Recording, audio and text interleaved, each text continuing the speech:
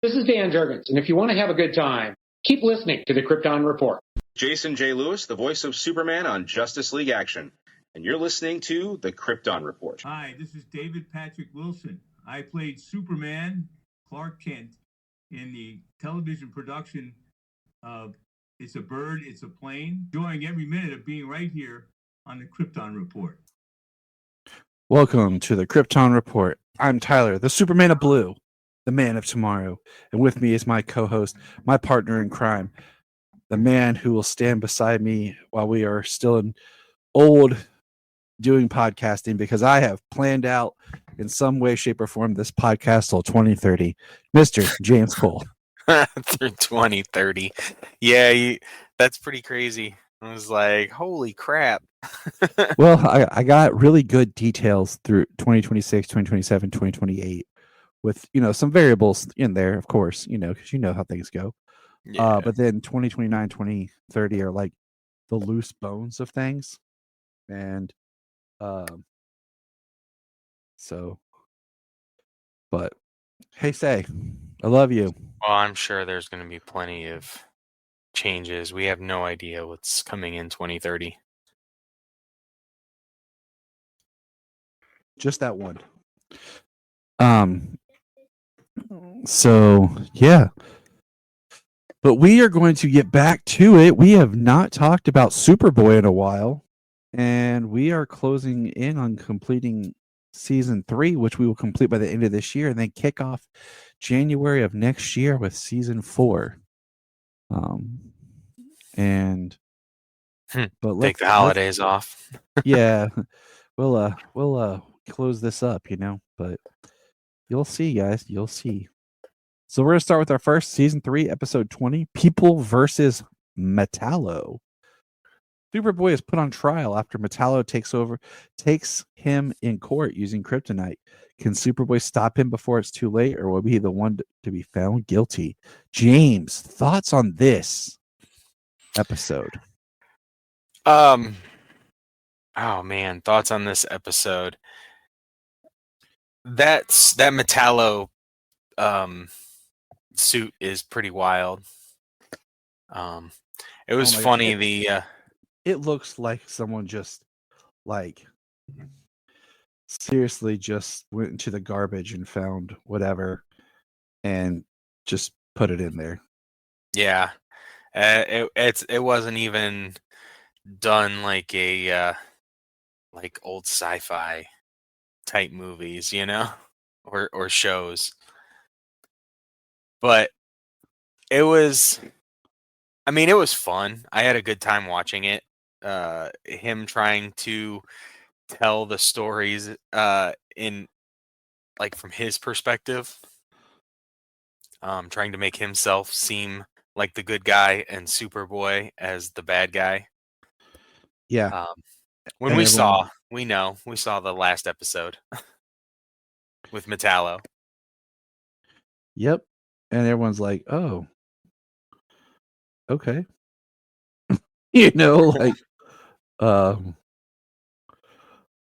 But yeah, this Metallo, Lana gets picked to defend Metallo. Defend Superboy against Metallo. So yeah, that whole thing was it was an interesting episode. Not my favorite, but not the worst thing to ever happen. No. I think Lana was really good in the episode. Kind of just playing out a little ridiculous courtroom drama, but she did a good job. I liked when all the jurors stood up and it's you're guilty. I don't know why the one guy tried to attack him. Yeah, it was something. The juror just came out there and tried to go after Metallo. It was funny. So, but yeah, but that was that episode. Christopher, Superboy didn't have much to do in this episode, huh? laying back in the witness stand. I mean, it just kind of reminded me of like this idea of basically, hey, you just need to take some time off. And yeah, he just kind of needed a break, and he just sat there as a juror and was on trial, and that was it. Yeah, kind of funny how at his defense trial that he took the whole courtroom hostage and tried to put Superboy on trial on defense. Yeah, it didn't make a whole lot of sense. No.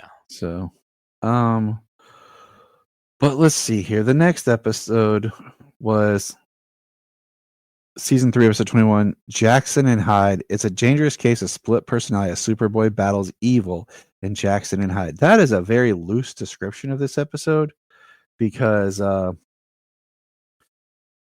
just going to say that this one was like, I think Gerard Christopher just needed some time off. Like, for real. Because this episode was just basically their boss Jackson. And that was it. Like doing a Jekyll and Hyde type thing.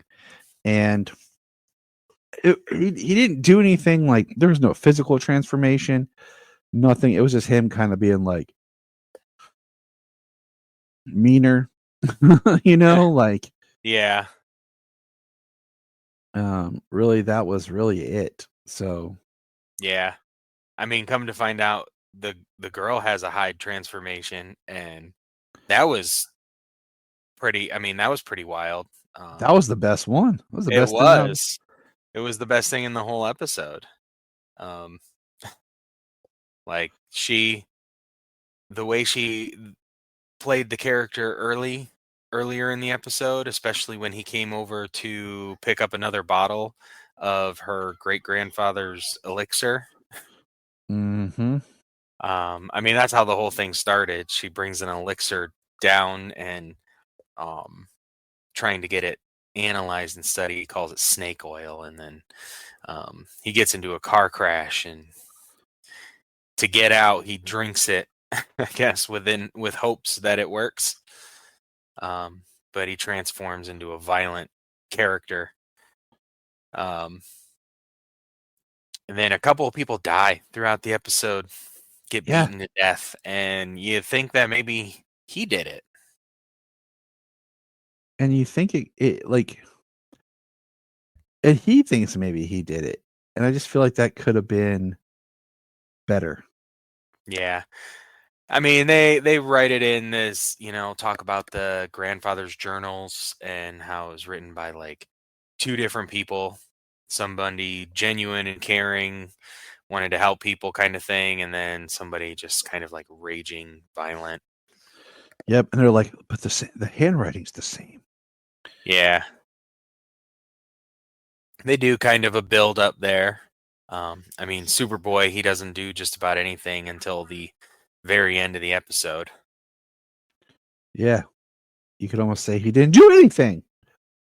Like, but yeah, it was okay. So, all right. I mean, we got like a CW transformation right there for a Jekyll and Hyde.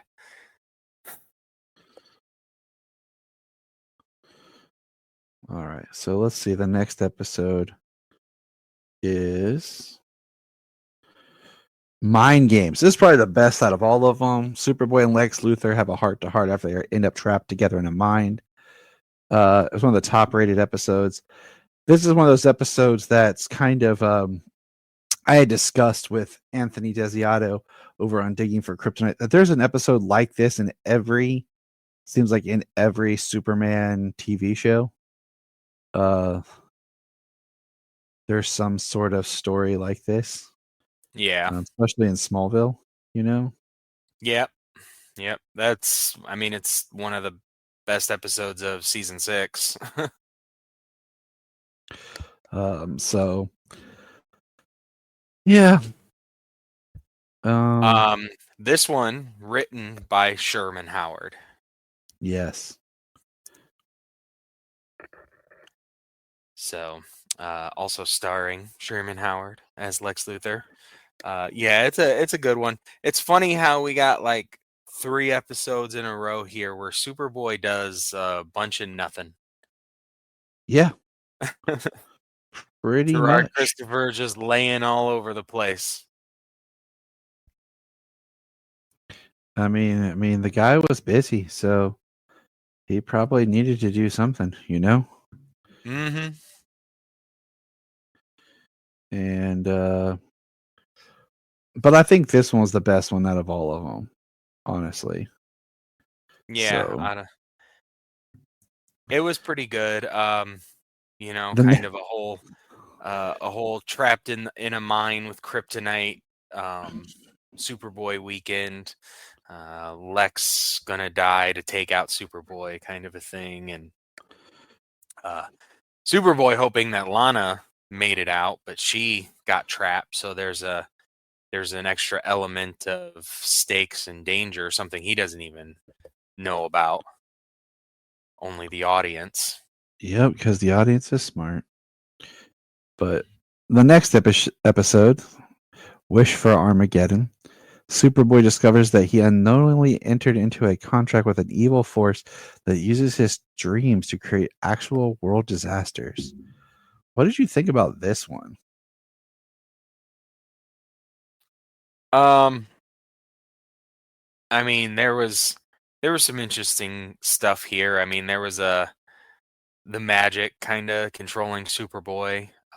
There was um, a precog type character with precognition, to be able to see events before they happen. He used to work with the Bureau, but he stopped doing it.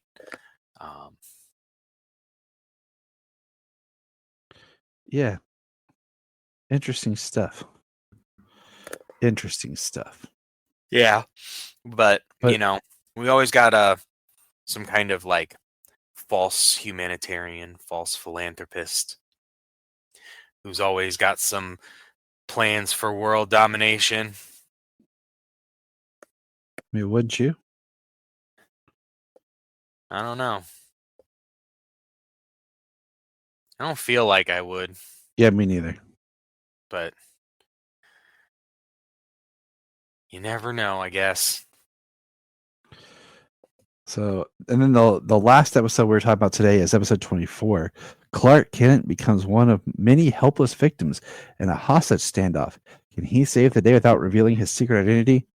This was like, I watched 4. Sorry. I oh, didn't okay. watch 5. Oh, man. I watched 4 episodes. I didn't watch 5. I'm sorry. Well, then we'll have to save that one because I like this one and I don't want to spoil anything. Oh, okay. But it's still not as good as Mind Games. Not as good as Mind Games. That one was pretty good, though. You know. So our final Superboy discussion will be Standoff with The Road to Hell Part 1 and 2. Dum dum dum. All right.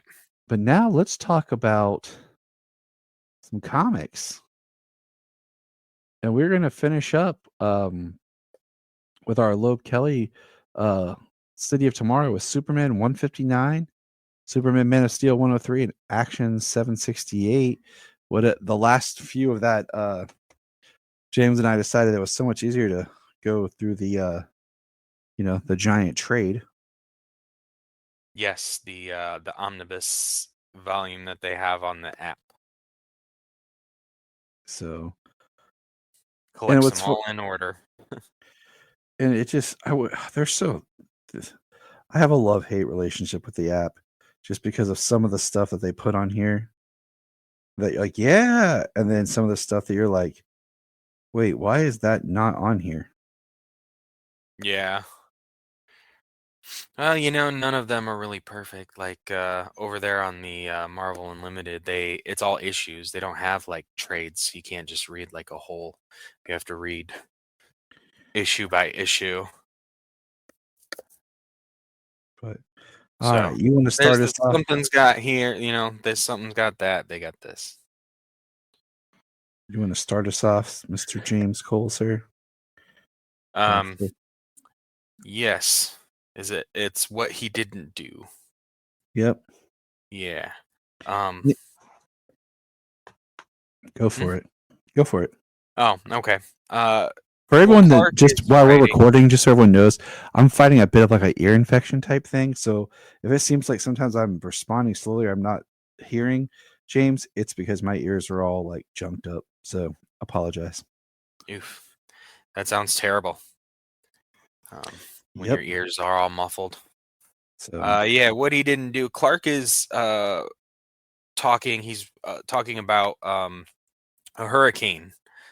So this whole story is about Hurricane Electo that came through, and it did quite a bit of damage. They show some images of last time. They say 1992's Hurricane Andrew came through and destroyed a lot of buildings and things like that. Superman goes out debating if he's going to basically kind of take a hurricane on head on. And he goes out and he talks to Aquaman, kind of asking him if Atlantis or anybody is enhancing this storm to make it stronger. He basically tells him that the barrier islands land masses that would shift and move with the water, nature's way of kind of dulling the storms before it hit mainland, kind of thing. And after people have anchored and built foundations along the coast and everything, that they've stopped that from happening, and it has increased the strengths of storms, increased danger, those types of things. He talks to John Henry. He talks to John Henry. Kellex is still there. And then he's out there during the hurricane with Supergirl.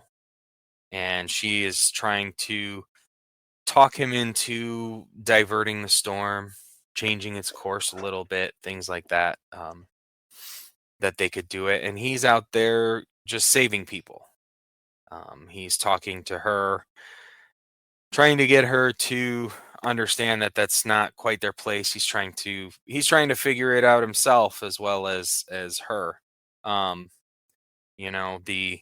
There's a nuclear power plant that is having some erosion problems during the storm here, and Superman and Supergirl are able to create a barrier and protect the power plant so nothing happens, so it's not damaged in the storm. Which is the whole like crux of what he didn't do is, everyone's like, oh, he didn't do all this to save, but he stopped basically the plant from having a nuclear meltdown, which would have killed and destroyed so much more. Yeah, which they actually speak about on the news, that there was no that the power plant is saying that there was still no no dangers. The public safety was not ever in danger from the storm and the flooding and everything, which it was. And of course, but Superman is not out there to say to take credit for saving the day. But he writes this story, and he is basically telling this story to Lois, or rather, she's reading this whole story, and she thinks it's a really great story. And he just had to get it out of his head, and have somebody read it, and he tore up the story.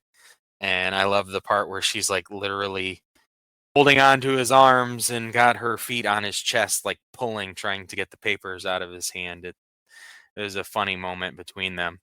But she kind of says that he needs to do the job as Clark Kent and, tell the story as it is. But, he's got to do some rewrites and everything. And yeah, that's the end of that issue.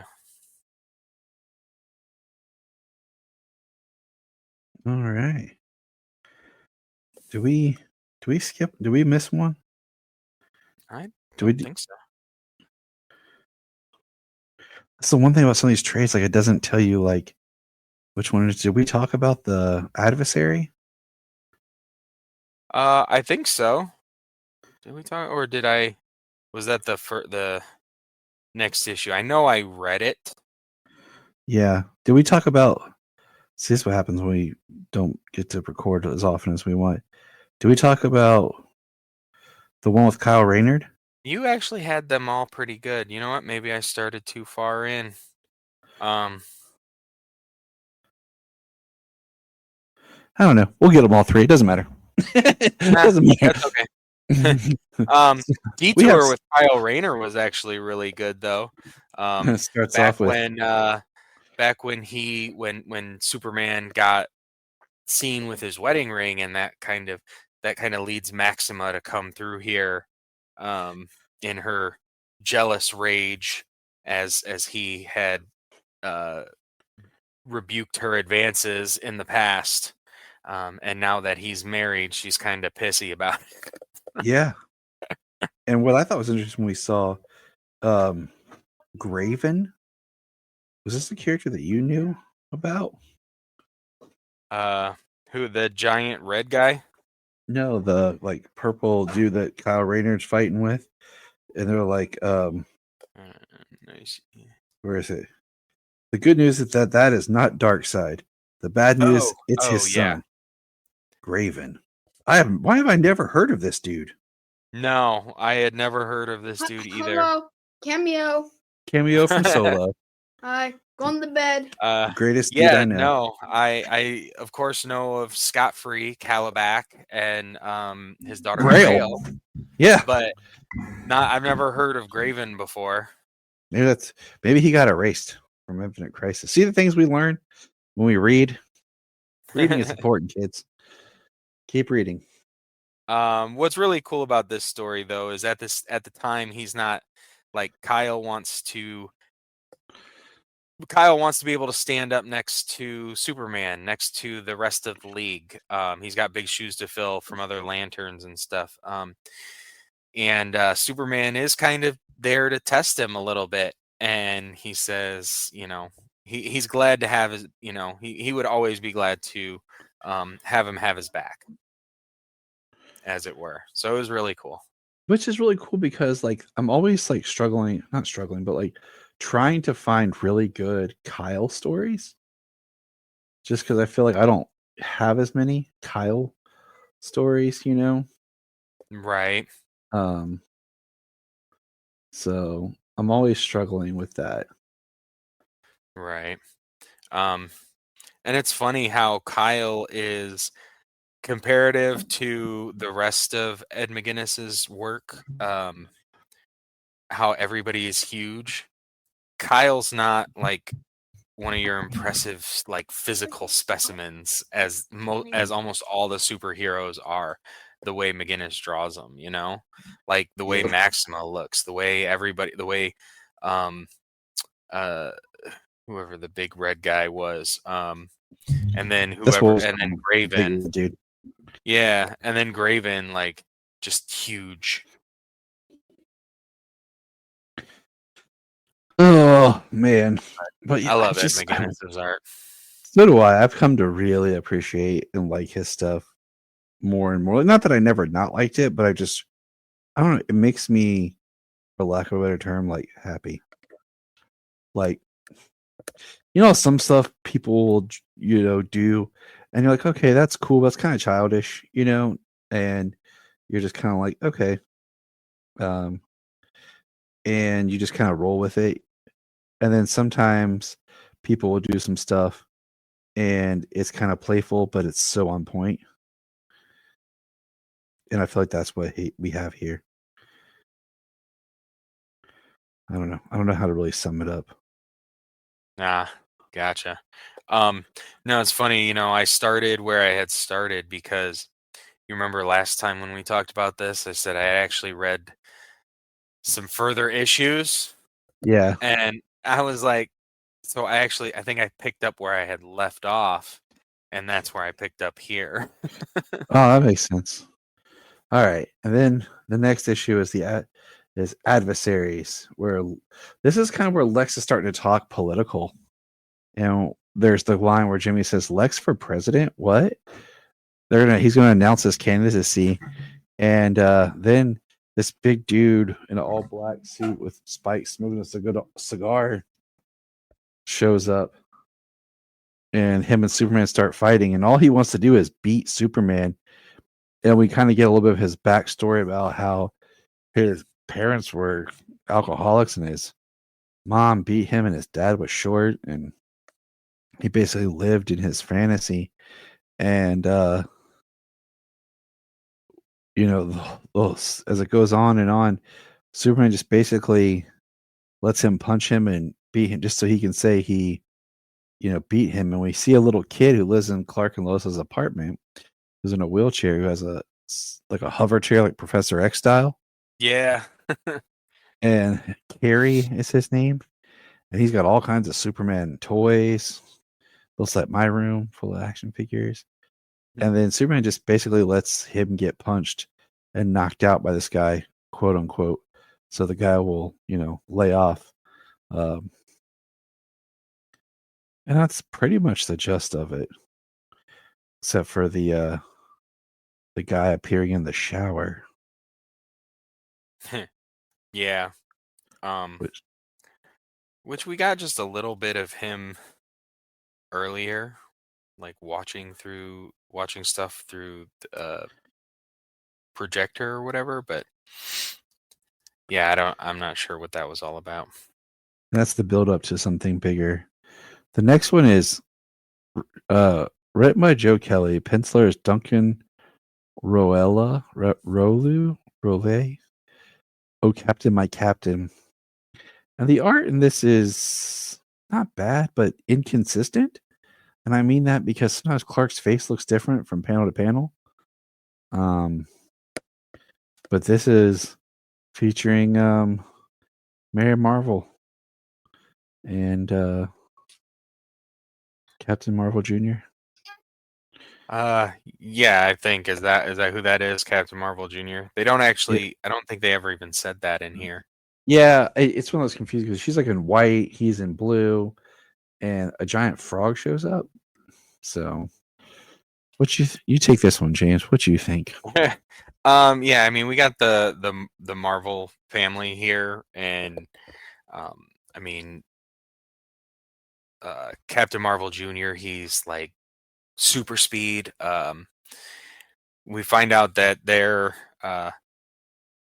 when they said their name, Shazam, something happened, and they only got like the speed and the strength, but it separated like it displaced Billy's body. He's kind of just a mouthpiece that they keep with them, which was odd.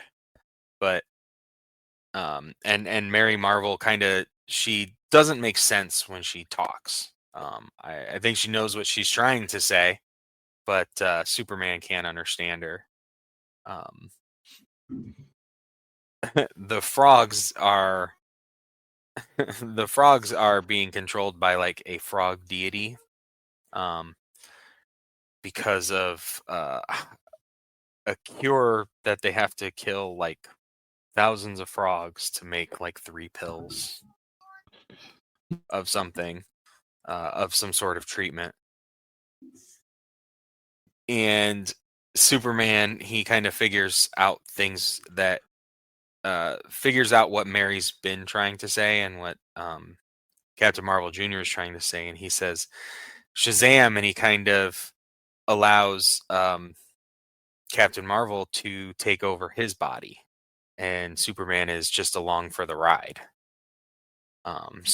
Which is pretty Superman cool. Yeah, it was really cool, especially to see like have the inner monologue of Superman in there, feeling the powers of the gods as they're channeled through. Which is something, because earlier they talk about how Captain Marvel is Captain Marvel. He's got the powers of the gods, but Superman is stronger. Superman is faster. And Superman knows that they're different, but he doesn't believe quite that the same thing. But Superman and Shazam together save the day. And all the frogs separate from being one giant frog and disperse. And Superman and Shazam have a nice chat with each other. He says, but seriously, Cat Billy, in every way I consider us equals. I am proud and honored to stand beside you anytime, any place. And they shake hands, and Shazam says, feel that? He says, feel what? And he says, come on, that's Hercules' strength. So, oh, are you still holding my hand? He's like, right, admit it, you feel. And he says, ow. So I think it's funny just showing, like, even still, Superman's like, yeah, I'm still physically, I'm still stronger. Well, of course he is. He ain't gonna let him know, Oh, absolutely. I think just because it is Billy on the other end, I know he does have the wisdom of Solomon, things like that. But I think he was having a good time with him. Yeah. It was a nice I agree. callback from the way the kids were talking earlier. Yeah, it is. But it's a fun kind of issue. I love when you get to see like Superman and Captain Marvel, Shazam, the Captain, hang out. There was a little thing, kind of a B plot of the story. I mean, it actually starts in the beginning, but him kind of hovering over Lois, and Lois wanting to, she doesn't want him there, that she can do her job without him having to be there to save the day. And she does break into some place. There are some robots, and everything he kind of learns throughout this story. She shows up at home, says, where were you? And he tells her that he saw, just let her do her thing, and they kind of made up after that. Good. So that's the end of that. Any recent comics, James, that you've read in our collection that we talk about that you want to discuss? Well, I mean, I didn't read the new Superman yet. It just came out. Let me see here. That is okay. We're just, keep on keeping on. Right. Let me see. Let's see.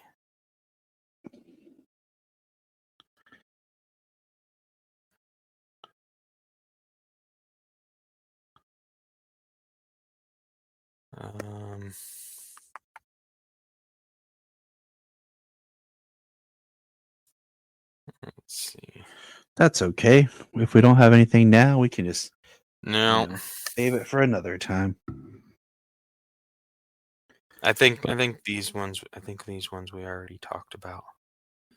And I know we were waiting a little bit on Unlimited. Yeah, I really don't know a good spot for Unlimited because the way that story is unfolding. I'm not sure. We might just talk about like the first few issues of that story.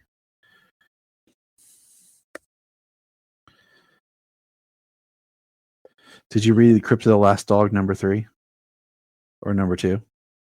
Yeah. Yes, I did read #2. All right, so let's talk about that.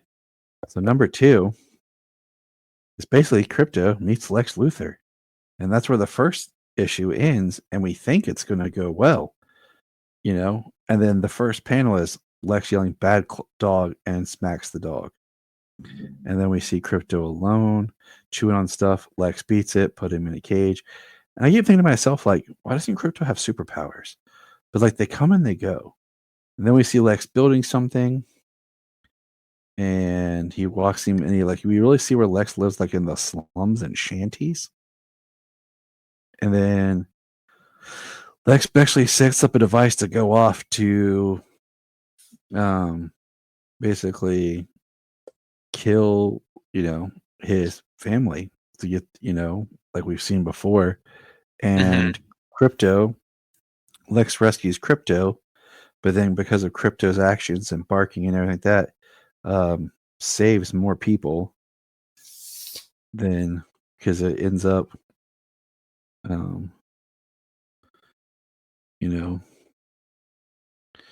not doing what Lex wanted it to do. And the Crypto runs away. And it says the next issue is winter.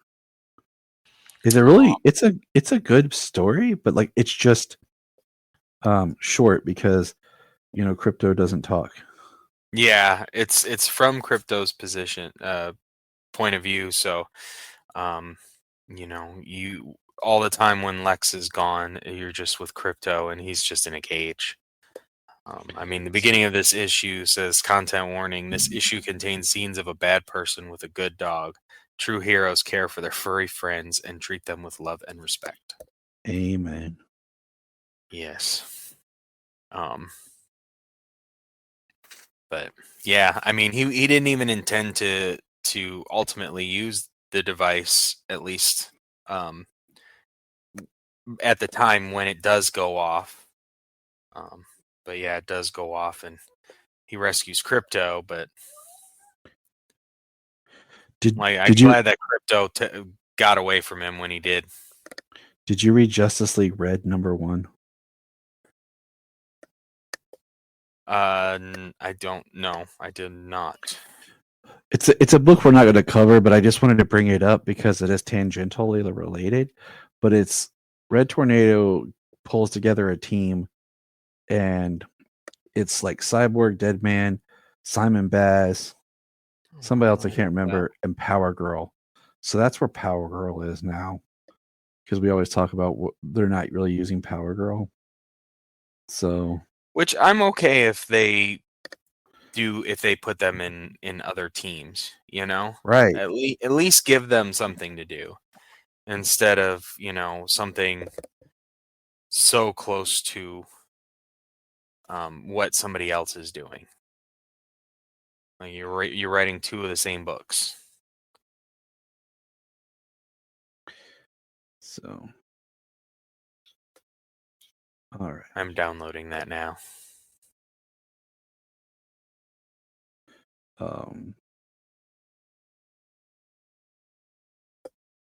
What do you call it? All right. Let's see. We're waiting for the last issue or two. Absolute Superman.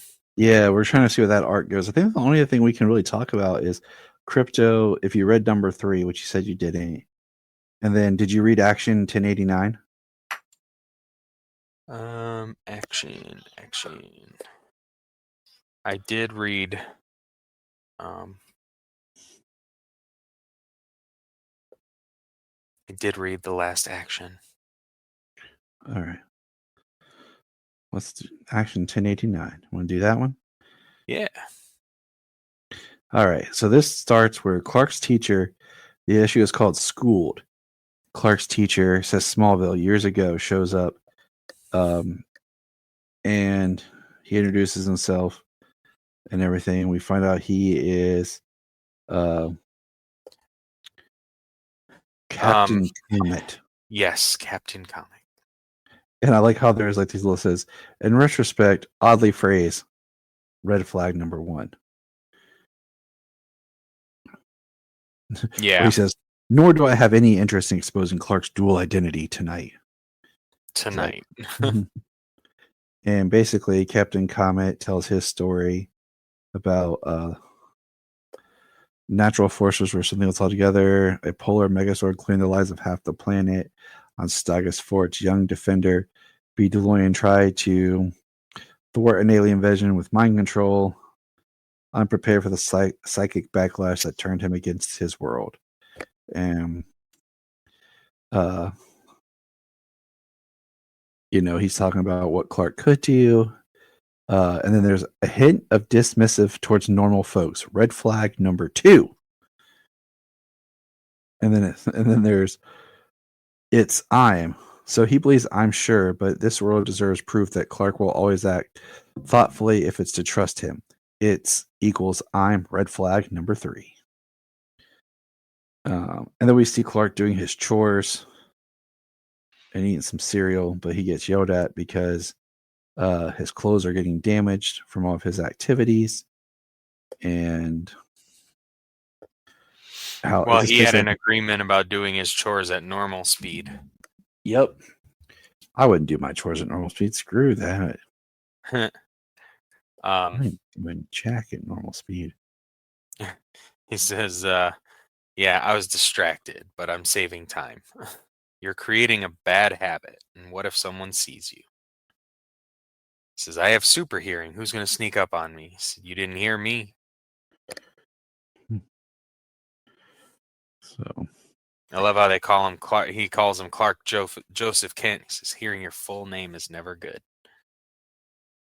And then his mother goes, Clark Joseph Kent, right at the bottom of the same page. you're in trouble when you get the full name. I know I do. I'm so in trouble. She talks about the bullet holes in his costume and tells him to catch the bullets instead. Which is very wise. Catch them rather than strike a pose, maybe. So, I mean, I would strike a pose. So, but that's just me. And then we have Clark in school, daydreaming, staring at Lana, who definitely, grew up over the summer. And his teachers, giving him crap. Kenny Braverman? Yeah. Trips him, which is kind of funny that he's even able to do that, but Clark has to roll with it because it says, whap. And then he says, leave me alone, Braverman, and pushes him. And then he says, oh God. And he takes off and he's flying as fast as he can, leaving for Kansas. And then Captain Comet catches him. And there's locusts coming. And he uses his powers, freeze breath, tries everything he can, but then uses sound to confuse the locusts. Then they follow him out of town. They could return to their normal docile state. And then the very end, we see Captain Comet says, I told you, General Lane, this Superboy is quite possibly a threat to everything this nation holds dear. Dum, dum, dum. And it's a young General Lane. Yeah. I mean, that's pretty messed up, but, showing what he is capable of, with the locusts. I did like how he thought through that whole process. Got him up north where the cold would slow down their metabolism. It's smart.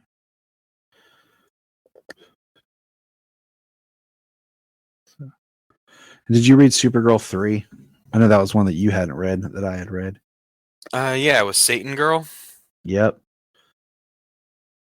What did you think about that? I mean, that was crazy. The way that it was that same gun that changed her look and everything. So it kind of just changed Supergirl's outside appearance, but it affected her mind.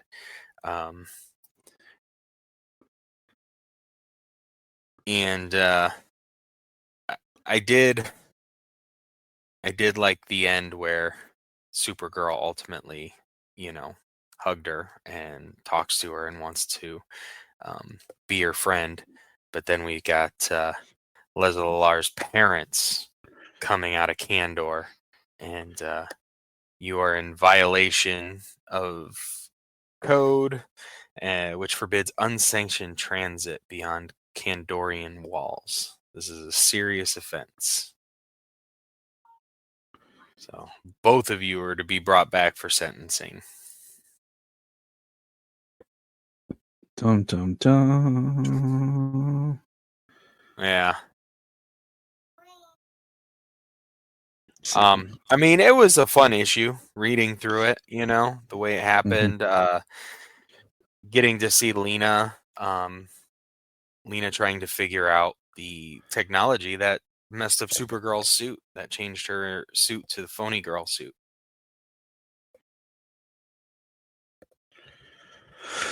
Yep.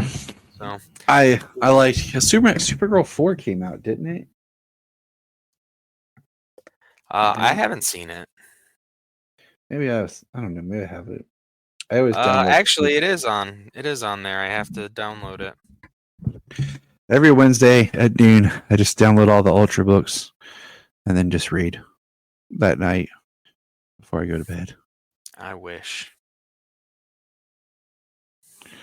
That's what I do. I wish. But all right, that's some current comics. That's some Superboy and finishing out the Loeb Kelly era for pretty much looking at everything. We have one more big arc, and that'll be in December. So cool, coming up. Excellent. And remember, Look up in the sky. It's a bird. It's a